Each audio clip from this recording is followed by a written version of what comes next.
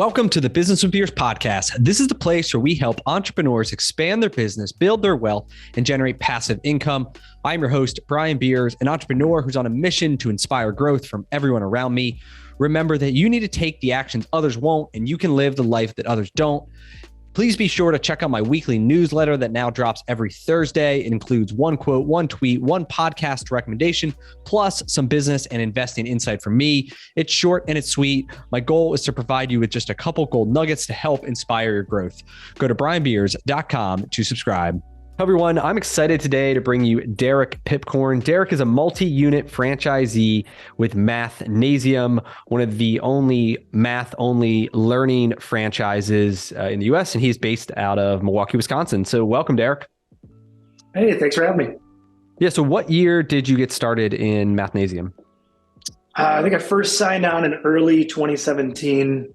We opened up our first location December of 2017. Okay. And what were you doing before that?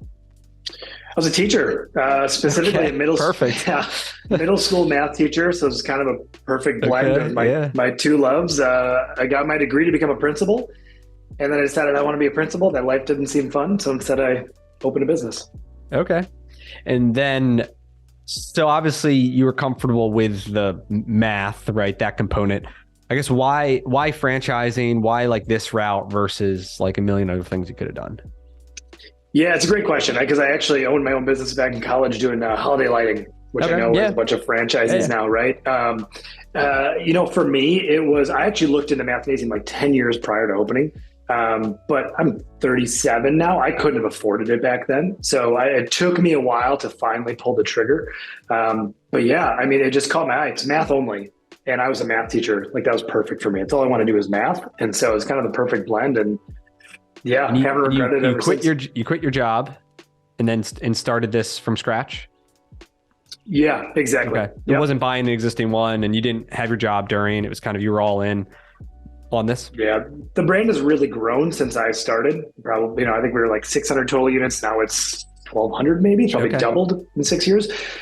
So there wasn't many in Milwaukee. I was maybe the third, I think it was, in the area. And now we've got coming up on a dozen. Okay. Awesome. So can you walk me through kind of the business model? Like what's it look like? I know nothing about this, so educate me. Yeah, totally. I think a good example, it's very similar to a gym in a lot of ways. I think of it as it's a math gym. So it's a recurring That's why it's called Mathnasium. Yeah, exactly. Yeah. Reoccurring revenue model. So that's kind of the beauty of it, right? Families sign up or their kids. So we work with kids as young as kindergarten through 12th grade. They sign up on our different monthly membership programs, or for summer, we got special memberships. They pay a set fee monthly, and then they have access to us 2 to 3 times a week where they can schedule those visits and kind of come when it fits in their schedule. And then what do they on average pay for that subscription? Yeah, the monthly, it kind of depends. High school's a little pricier, but anywhere in the range for us, probably $320 all the way up to probably, let's call it $450 per month. $320 to $450 per month. And then how many members, like what's the maximum menu number you can handle? And then how many you currently kind of averaging? Yeah, there might be a maximum, like on a given hour, we can handle 30 kids or whatever the number might be. But the center itself, I don't really see a cap to that. Okay. Our centers in general, we're at 6 now. Our more mature centers, range around 120 kids a piece. But some of the really top centers in the country, can double that.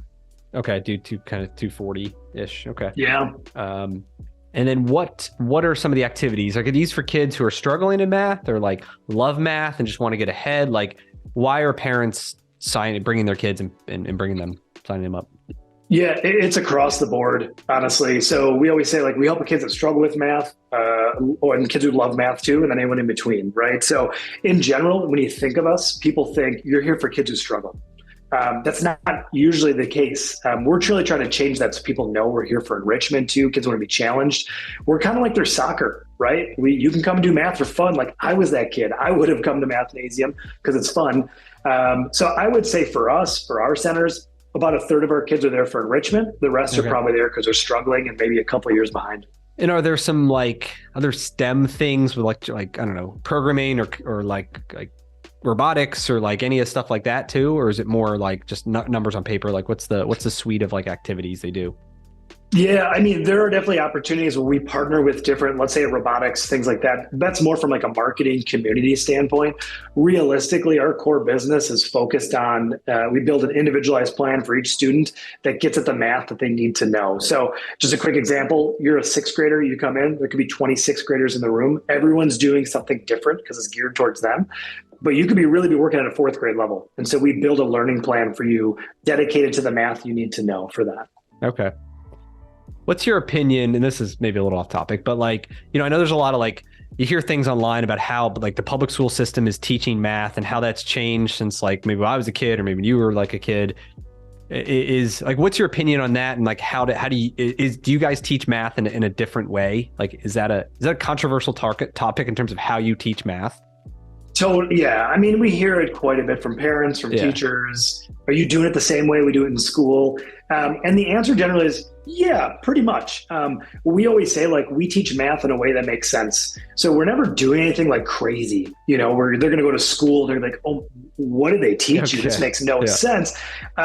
Sometimes we're even teaching the teachers like some cool different methods of doing it. So in general, we align. Do we hear that all the time? Yeah, 100%. When like Common Core came out and all that fun stuff years ago, yeah, we figured out because we got public schools, private schools, homeschool, you name it, we worked with it. So we've seen it all. Yeah, I saw a video on Twitter the other day, and it was like an American kid, an Indian kid, and like a Asian kid, right? And they were like all solving this like complicated multiplication thing that different. They each had a different way of doing it, and it was like a race to see who figured it out the quickest. But anyway, it was interesting to see it. They all got it right too. But so what's the staffing model like? Then walk me through that. Is it math teachers who are picking up extra hours? Like what does it look like? It's across the board. It's different at each center, I'd say, kind of depending on the demographics of the community a bit. For us, our core is probably the top high school students. So we find those kids that could be the valedictorians, great math kids. But to be honest with you, I always hire personality first, math skills second. Because if you can't connect with a kid, I don't care if you're the smartest, student in the world, you're not going to get through to them. But we have, retired teachers, a lot of college students that we're a great fit for. And eventually I want them to become, leadership for us if we can give them the opportunities. Okay. Can you walk me through some of the kind of high level numbers or averages or targets or whatever? So roughly $40,000 to $50,000 a month in revenue using your numbers here. Is that about right? Yeah, I think this year it's probably about where we'll land on some of the individual centers. Okay. Yeah, I mean, if you put it, it fluctuates because the thing too is we got some seasonality in the business. Okay. And I would say this is kind of dependent on the geography of where you are located around the country. For example, we just started summer. In the Midwest, generally, summer's really good for us. We see great numbers. We've had our best month ever was May. Ever, all time for our business. We just had it. Other businesses, you talk to someone else in a different state, they might say this is the worst time of year for them. So it's really interesting how things kind of flow like that. But yeah, I mean, I would expect overall, a handful of our centers to be in that, $400,000 or $500,000 range this year. And a couple of kind of newer ones, it's going to take a few years for them to get there, but they could be, 2 to 3. Okay. And they're operated out of like a retail strip center, inline strip center, 1,200 square feet, something like that. Yeah, I mean, I like a little bigger. Some are as small as 1,000 feet, even a little bit square feet, a little smaller. We've got some as large as 2,100 square feet. I want the room to grow, right? As we scale, I want a little bit more room. And location is still super important for us. I know I've worked with brokers before who are like, oh, you can just kind of go hide somewhere in the city and they'll find you. No, I want them driving past my center just like they would a Domino's or whoever else. Yep. So on that $400,000 or $500,000, how profitable are they? What's your goals there? Yeah, I mean, generally we're 20 to 25%. Oh, wow. Okay. Is kind of about what we've seen. So 80 to $100,000 is kind of the goal, which is it's a pretty good unit per unit metric. Because really just you rent, you have labor. I'm sure there's software, insurance, other overhead, but there's no like cost of materials, right? Minimal. We're paper and pencil. Some Mathnasium is going fully digital, so some of that costs can be in there. Also, my wife and I are completely we're in the business too, so we're taking some salaries. That's pretty accurate. And let's talk about some of your growth. So you get in there, you start with this one, I mentioned today we got 6. So what did that path look like? Was it kind of one a year? When did you decide to buy that second one? Yeah. Second one came about a year and a half in. To be honest with you, I thought 1 all the way. I don't know why. I just thought 1. I opened my first center less than a block from my house. Literally got perfect. To walk. Yep. Super convenient. Sold my car, got a super cheap car because I didn't need to drive anywhere. It was a great situation. What triggered it for me was when we had our first daughter. It was about a year into our business, and I realized I can't be here every day because I was the face. I was doing it all. Yep. So I started delegating, and I was like, I need someone on my team to be able to do everything that I do so I can take whatever time I want, which maybe I took a week or so. But I was like, oh, this is fun. I get to delegate stuff, and they can do it pretty good too. We weren't like struggling. And so when I saw that, I'm like, okay, maybe we can scale this. Let's start talking about number 2. And so we opened up number 2 in August of 2019. So a little over a year and a half later. Okay. So 2019, and where was that one? Was that with a new one from scratch as well? Yeah, new from scratch. Out of the 6, 4 of them are new. 2 of them have been acquisitions. Okay. Yeah, let's just talk about the kind of acquisitions. You're kind of, I guess it sounds like maybe every year or so you're getting another one open, you're figuring this thing out. So you have 4 of them, and then kind of what happens next?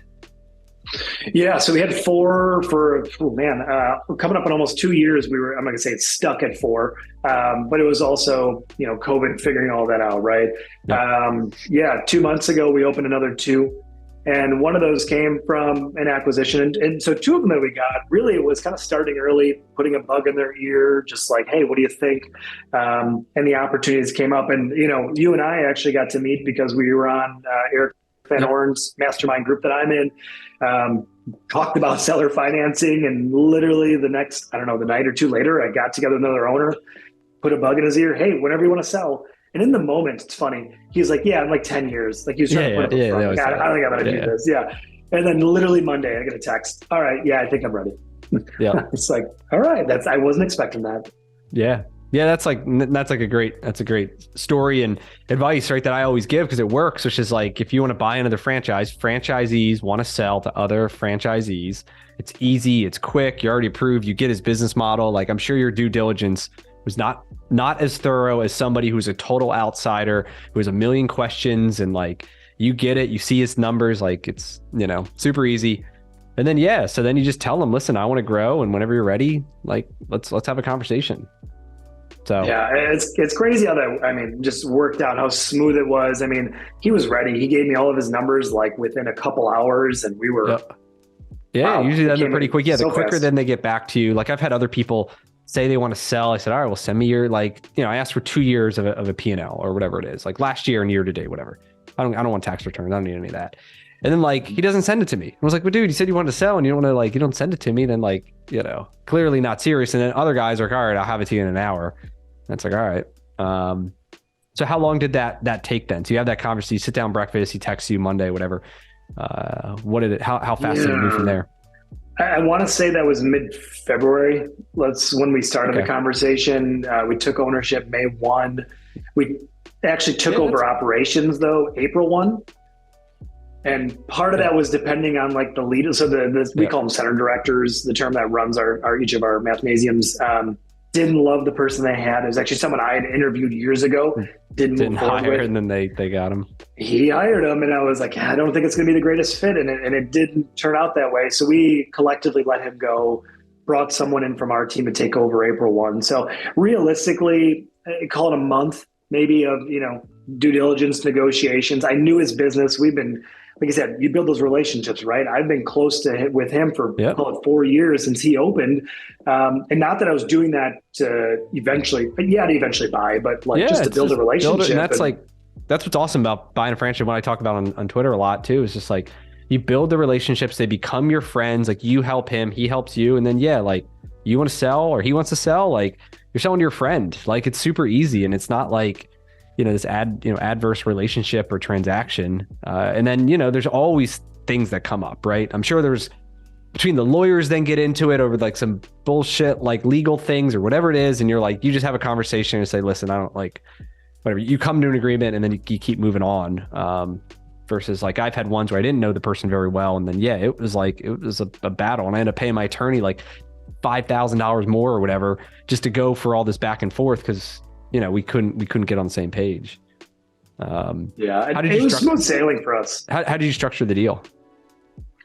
So we ended up doing seller financing, and we however far we were apart. So just kind of broad numbers on this. It ended up being I ended up paying half down up front, and then other half over 2 years. Okay. And the one thing I think I talked to you about too that I did was pretty hefty interest. Just being able to write that off. So I think we did 15%.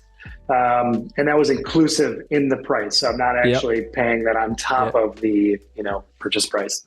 So did you use my strategy where you just look at the payments and then you back into it to get the numbers? Yep, exactly. Yeah. Mm-hmm. So for anybody, hasn't heard me talk about this, the idea is like when you negotiate the seller financing deal, you negotiate it in terms of payments of cash, right? I'm going to pay you, I don't know how much can you say how much you bought it for? If you can. Yeah, it was $100,000. So $100,000. So I'm going to pay you 50 grand today. And then I'm going to pay you 50 grand over the next two years and like whatever, $2,000 a month or whatever it works out to be. Right. Mm-hmm. And so you agree on the cash flow, like cash out of your pocket into their pocket. They say, all right, we're good on that. And then you back into, okay, well, what's going to be the purchase price? And then how much is going to be interest? And so you could structure it where it's like, 98% of it is principal and like 2% of it is interest, right? Or, and there's advantages to that. Or you make it like his, where it's like, 15% interest, super high interest rate, but then your principal like amount is very low. And at the end of the day, it's the same payments, it's the same cash in and out of your pocket, but there's some different tax advantages depending on the situation. In your case, interest is deductible right away. And, if it doesn't have a lot of assets, in your case, it probably doesn't. That's beneficial. In my business, there's a ton of assets we're buying, so we can depreciate those. We can depreciate them or whatever. So that's interesting. Yeah, that's a good way to do it. Yeah, we're definitely light on assets for the business. If you think about our model, one thing I didn't mention that we have too that's cool with Mathnasium, it's not just the math, but we make it really fun. So to talk about this a little bit, like you think of I don't know if it's a Chuck E. Cheese or something like that where kids get to earn prizes. That's kind of Mathnasium. So when you walk into our center, like we have a Nintendo Switch, we've got a big screen TV, we've got AirPods, like kids get to win or earn these prizes while coming to Mathnasium. So sometimes that's a significant chunk of literally the assets of our business outside of these prizes. A bunch of tables, a couple computers, some iPads. Yeah. So then are you to the point now, so you've got 6 locations that you can kind of have that general manager, that person to kind of oversee all the locations? Is that the goal or what you're working towards? Totally working towards that. To be completely honest with you, I'm in this weird space right now. So with 4, I could manage that. Yep. I had my hand on everything. I knew it all, right? Yep. I'm in touch with everyone. 6 feels like a different beast. I don't know what it is. I trust the team, but like I'm not very into day-to-day. That I've purposely not been a part of that. I want them to run the centers for us, right? But I'm just finding, what does my role look like with 6? And I think part of this is, elevating some of my team into different leadership roles so that we can continue to grow and it doesn't have to be me. And I'm to be honest, I'm still figuring that out. Great. Well, that's a great, we can talk about that a little bit. And that it's funny. It's the exact same in my business too. It's sick. It's like this stair step, right? So it's like one person can handle kind of up to 6-ish, right? Especially if they're new and they need a lot of work. But then it's like, then you start to get stretched thin. If you had 7, you'd be like, it's way too much. There's way too many things going on. So you kind of have to invest in, this is like going up now, right? You're going up and you have to invest into that district. We call them district managers, who then oversees all of it. Cause you think about what you're doing, like you're overseeing all those locations, plus like you're the owner and you're overseeing the financial side, plus you're working on growth, plus you're working on, taxes, and, you want free time because you have the luxury of, setting your own schedules and all this other stuff. And so what you do then is, right, you invest into a district manager, promoting, somebody who you think would be good at the role. But now you go up, now you've got more capacity, right? So now that person is taking a load off your shoulders. So then you can go out and, open up another 2 locations or buy another 2 locations. Now you've got 8, right? And now you've got between them and you, like you still can handle it.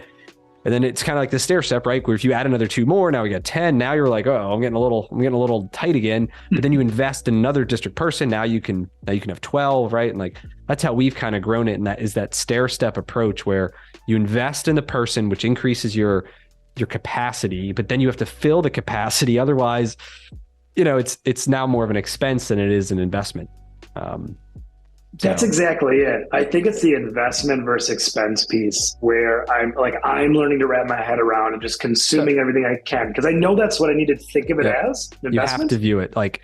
But initially, I'm looking bottom line, yep. right? I'm like, oh, that's just going to take away from this, but I know that's not the case.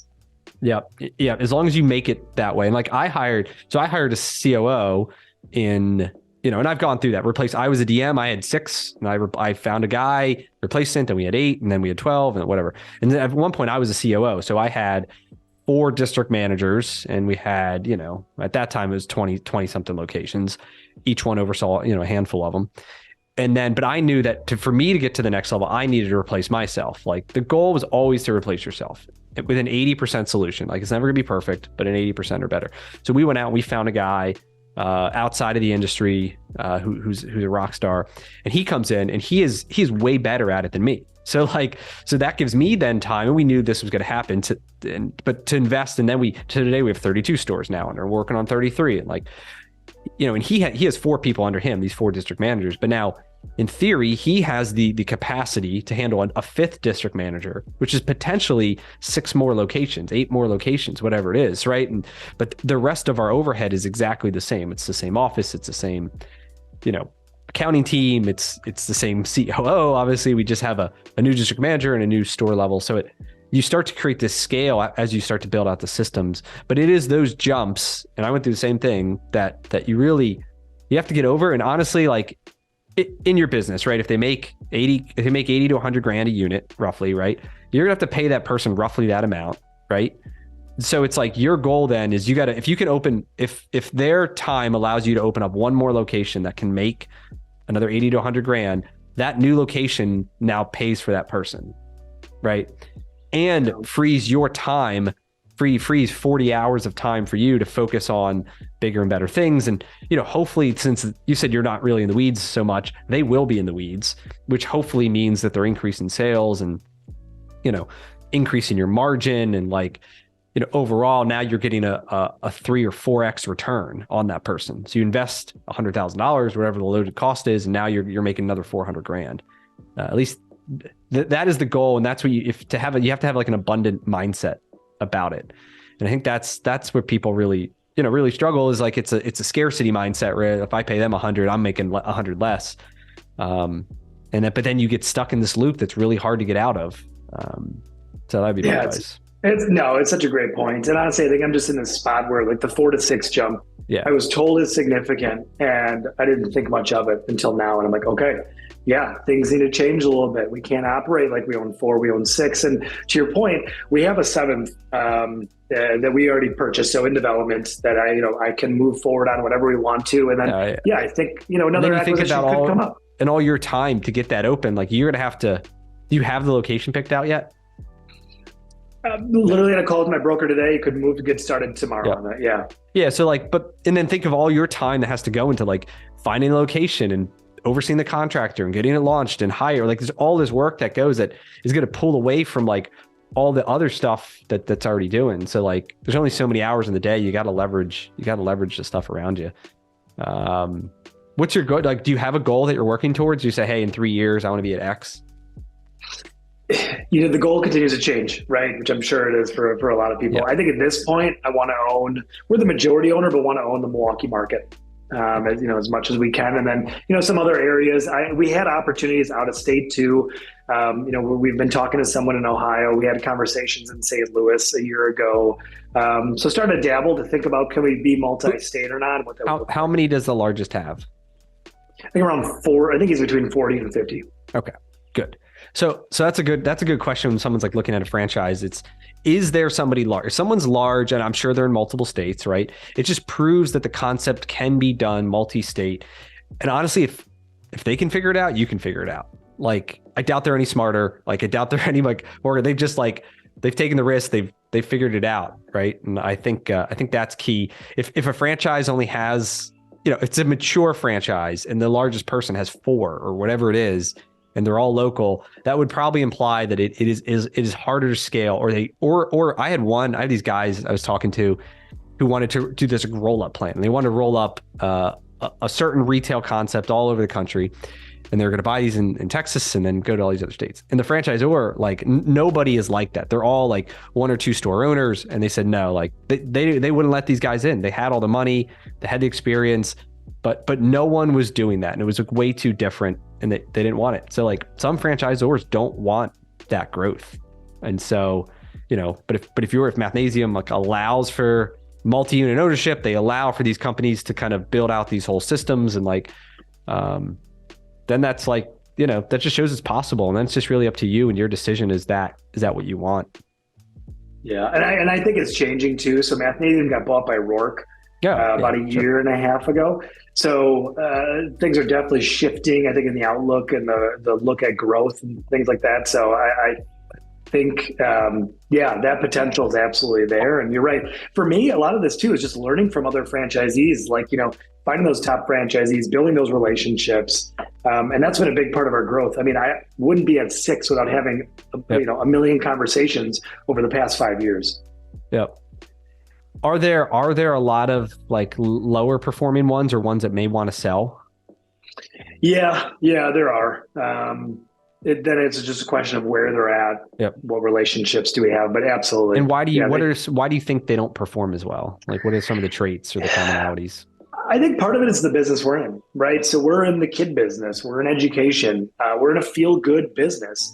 So you could feel good just having a center that helps 30 kids. That feels good. You're helping those families. We kind of use the word like hobbyists. Are they really in it as a business, or are they in it because they want to be teachers? Yeah. I've already had my teacher fill. Personally, I did that for 8 years. Now I want to focus on the business. So to me, that's it. I think there's also the side up for us. We're all about community engagement, getting on the community. I want everybody to know we exist in our territories. I don't think some people are that great at it. They think the second their door opens, a lot of people are coming in, and they find out that's not the case. You actually got to work for it. Yep.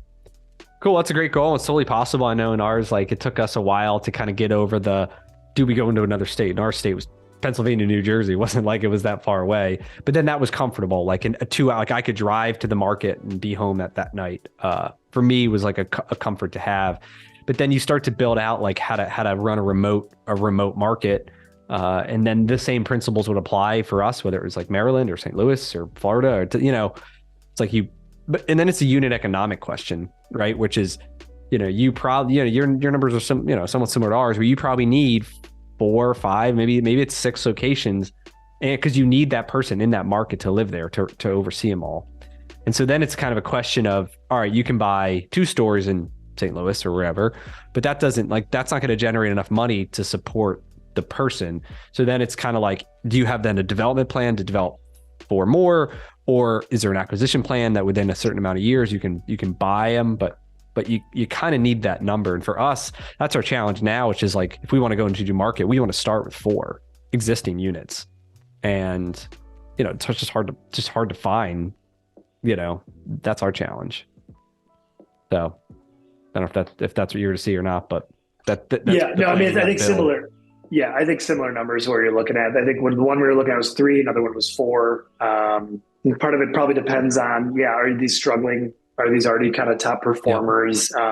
Bringing our systems in, how can we help grow those? And like in the Ohio one too, that might involve family for us. So my wife's from Cincinnati, so that's kind of a different beast. We're already traveling there 6 to 8 times a year, so like kind of makes it easy. It's a little different. Yeah, that's great. Yeah, and if you could find someone that and who can kind of be that person. But the best way to test it was your own stores. So like once you kind of get these things settled in, bring it on that district manager or role or whoever to kind of take a load off you, because you have to prove that you can get it working there. But then once you figure it out, you can continue to duplicate it, which is like the most exciting part.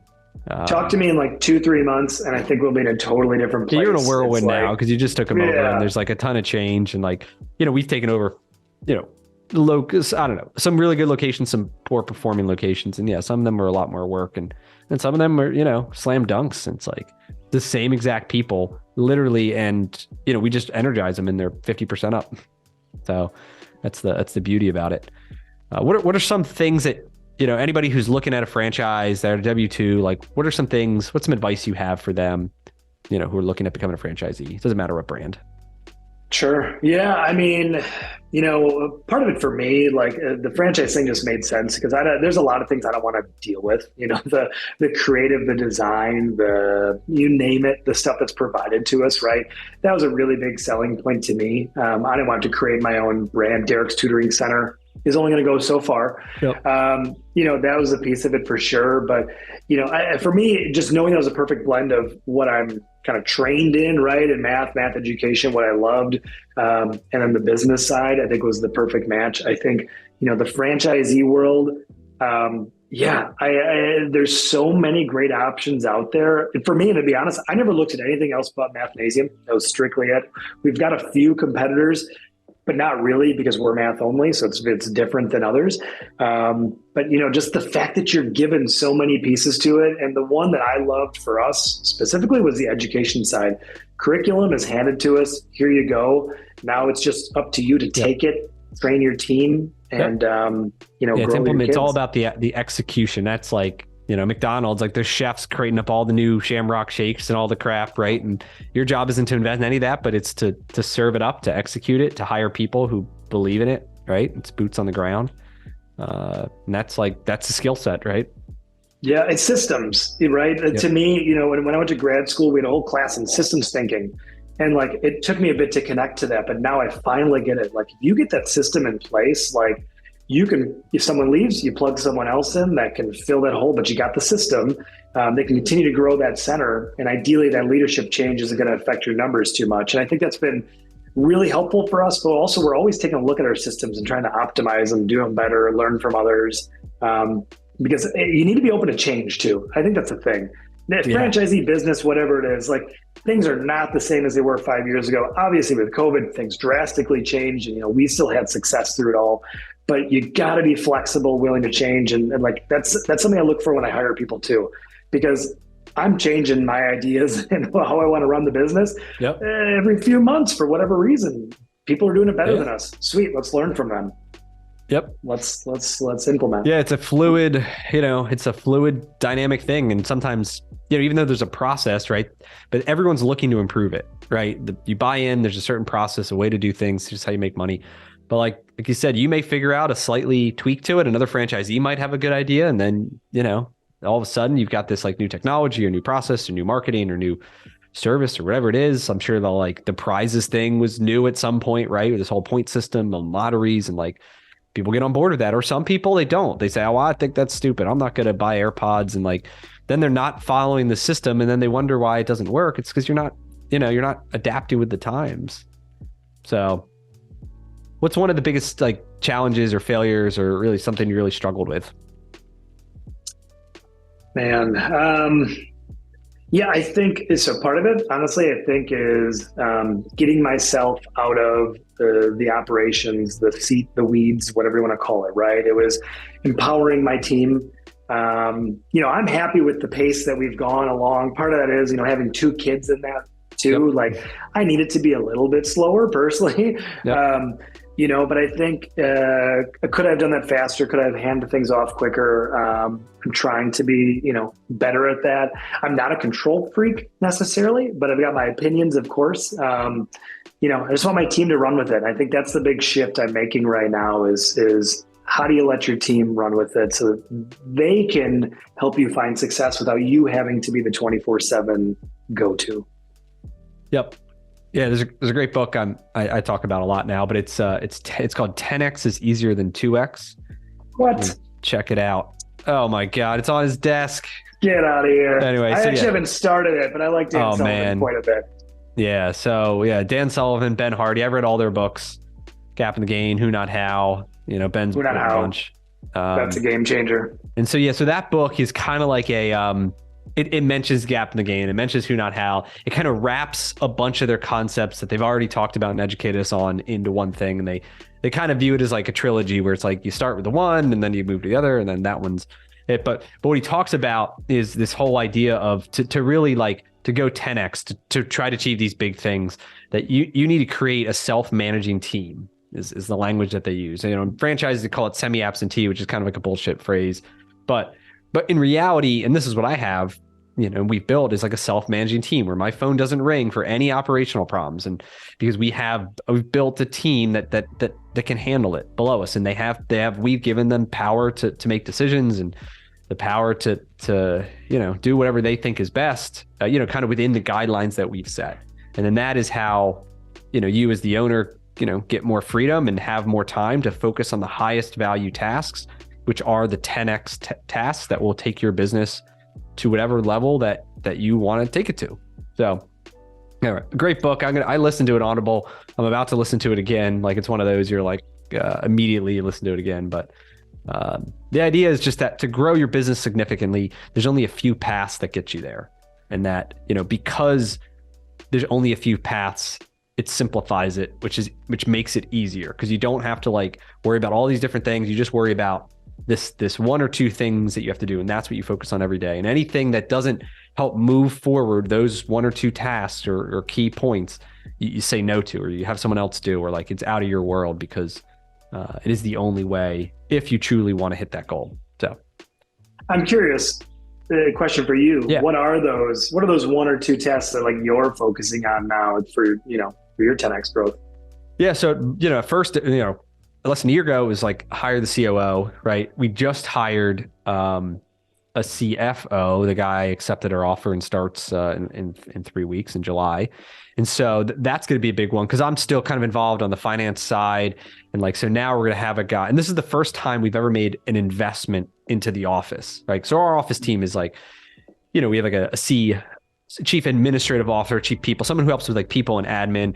And we have a team of 10, all in the Philippines, who do accounts payable, accounts receivable, payroll, some of the HR. So we have like a pretty good, a staff, but we've never made the investment into like, a six-figure guy here to really bring us insight, to tell us like what we need to do, to build out financial models, to like, identify, hey, like we have a huge expense here, or I think we could save us money there. And then he identifies the issue and then works with our COO to then go and implement the change. And so self-managing team completely get me and my brother out of like, we're the ones that go through the P&L and say, why is our X like too high, or what's this, or what's that, or we need to fix this. And so we spend a bunch of time doing all that kind of financial analysis to figure out opportunities. And we're about to hand that off to somebody who we believe hopefully will do a much better job, because it's all he is going to do, right? Like, he's going to be all in. And we're expecting to get a 3-4x return, at least on that investment minimum. And so that's a big part of it. Then it's like then it's great, it's growth through a couple different ways. One is, we could grow new stores, right? We're looking at that, and it becomes hard. I mean, this in real estate real estate's a bottleneck, right? For growth in retail-based businesses. And so that's a challenge. So working with brokers, looking at convert independents. And, we have a much harder time than you probably do, because we need 4,000 square foot existing automotive that's vacant, which is hard. Not too close to another, franchise, which is hard because they're zone clustered or whatever. But then it's like, all right, well, what are ways that we can grow same stores, like our same store sales? How can we grow profitability? And so we're looking at creating a manager and partner program where we share in profits with our store managers, that then elevates their game. And, we could double or triple the profits out of the stores. But to do that, we got to increase the volume. To do that, we need to have better managers, or a better process in terms of training people. And so I'm looking at those things. For me, it's leveraging technology, right? We have 200 employees. I used to be able to like talk to everybody, meet everybody. I can't do that anymore. And so I'm doing it digitally now. So I'll create Loom videos. I try to do it every week, but maybe every 2 weeks, where I'm doing a 10-minute video, 5-minute video, just kind of going over something, right? Here's our weekly review. Here's like a snapshot of why we do this, or how to sell that, or whatever it is. And then we'll text it to everybody, or go to Slack or whatever it is. So I'm trying to leverage kind of my knowledge and my communication across the entire company in a click of a button. And I think that is much more efficient than, doing the one-on-one calls or whatever it would be. So. Yeah. I mean, you can't at this point, right? You got to do the size where you can't have those personal touch points, obviously, with everybody. It's figuring out who are those individuals you're talking to. Yeah. Yep. So that's, so then you think of like the skill, like, and it's like, then how do we then look to apply into a new market? Do we look into, running our same exact plan, but in a new brand, new franchise brand, right? There's some other ways that we can look to grow too. So we're exploring all those ideas and trying to figure out that exact question. Literally, that is the conversation, my brother and I was like, what is the best and highest use of our time and skills, and what gets us the biggest return, risk adjusted return on these things. So anyhow, cool. So where can people connect with you if they're looking to, learn more about Mathnasium and they have any questions? Sure. Yeah. I mean, LinkedIn's probably the easiest. Just look at my name on LinkedIn. Otherwise, I would like to get more involved with Twitter. More of a lurker now, but I'm seeing a lot of great, content. I think my name's D Pipkorn on that one. So awesome. It's probably the two best spots. Awesome. Cool. And if anybody's interested in learning about more Mathnasium too, I can help them as well. It's one of the brands that we're partnered with, and great to hear about it. And I learned a ton, and I appreciate you coming on and sharing your story. Yeah. Thanks, Brian. It was fun. Cool. Thanks, Derek. We'll see you. That's all we got for this episode with the Business with Beers podcast. One thing that would really help both us and other new potential listeners is to rate the show and leave a comment in iTunes, Stitcher, wherever you listen. Also, make sure to link up with me on your preferred social media platforms, LinkedIn, Instagram, Twitter, Facebook. You can find all my links at brianbeers.com. Please just share the podcast with anyone who you think might enjoy it. And until next time, remember to take the actions others won't, to live the life that others don't.